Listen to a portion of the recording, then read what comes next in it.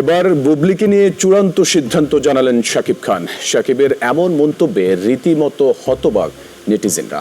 সম্প্রতি এক সাক্ষাৎকারে শাকিব স্পষ্টভাবে জানিয়েছেন বুবলির সঙ্গে সব অধ্যায় পুরোপুরি শেষ হয়ে গেছে তার। কিন্তু কেন এই সিদ্ধান্ত? বিস্তারিত মাহমুদ মনির রিপোর্ট।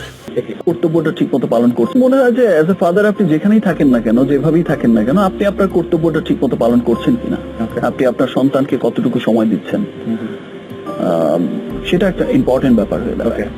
সাকিব খান বলেন, বিষয়টা এমন না যে বাচ্চার বাবা সবসময় বাচ্চাকে কোলে নিয়ে ঘুরবে, কিন্তু যেহেতু বুবলি আমার স্ত্রী ছিলেন, আমার অবশ্যই জানার অধিকার আছে এই বাচ্চা কার। দ্যাট মিন্স এই না যে আপনাকে সবসময় সন্তান কোলে নিয়ে ঘুরতে হবে, তাহলেই আপনি খুব দায়িত্ব পালন করছেন, তাও না। আমার কাছে সেটা কখনোই মনে হয় না। আমার কাছে মনে হয় যে ফাইন, ঠিক আছে, আমার সন্তানকে আমি ওই স্নেহের জায়গাটায় ঠিক মতো দিচ্ছি কিনা, ইনফ্যাক্ট তার ফিউচারটা সুন্দর হওয়ার জন্য যা যা করণীয়, যে বিষয়গুলোর প্রতি লক্ষ্য রাখা দরকার।